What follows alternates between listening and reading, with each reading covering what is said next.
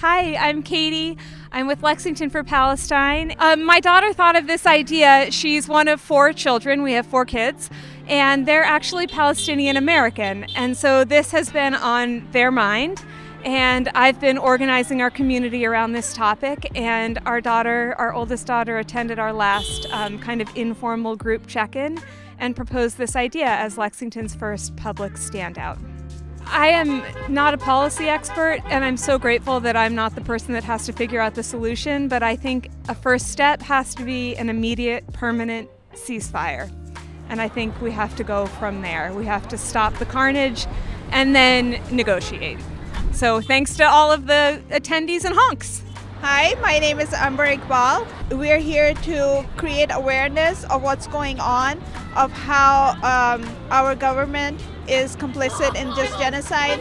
The amount of honks that we have gotten throughout this whole hour, it's amazing how many people are actually standing in solidarity with what we all want. We all want peace at the end of this. A lot of children, women, and innocent people, they're getting bombed, and it just feels really wrong to just let this happen. I am kind of disappointed. These little children are being killed and harassed. All the hospitals are being destroyed and bombed.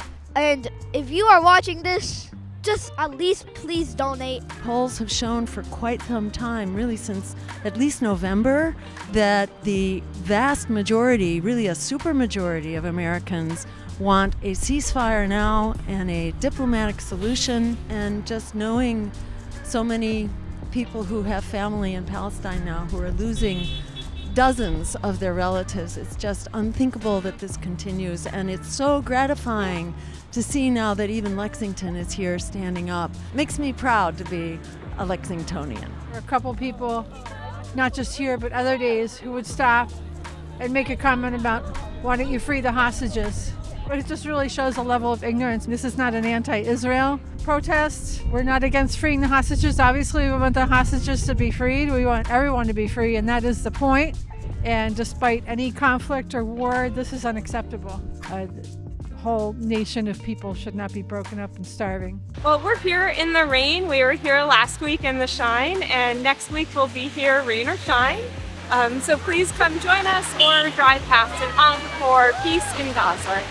My name is Amal Bashar. I'm a Lexington resident, and I have been for around 12 years or so. This is a crime that the world needs to stop, and in particular Americans need to stop, because we are behind it by the weapons we're paying for and sending, the political support that this country is providing.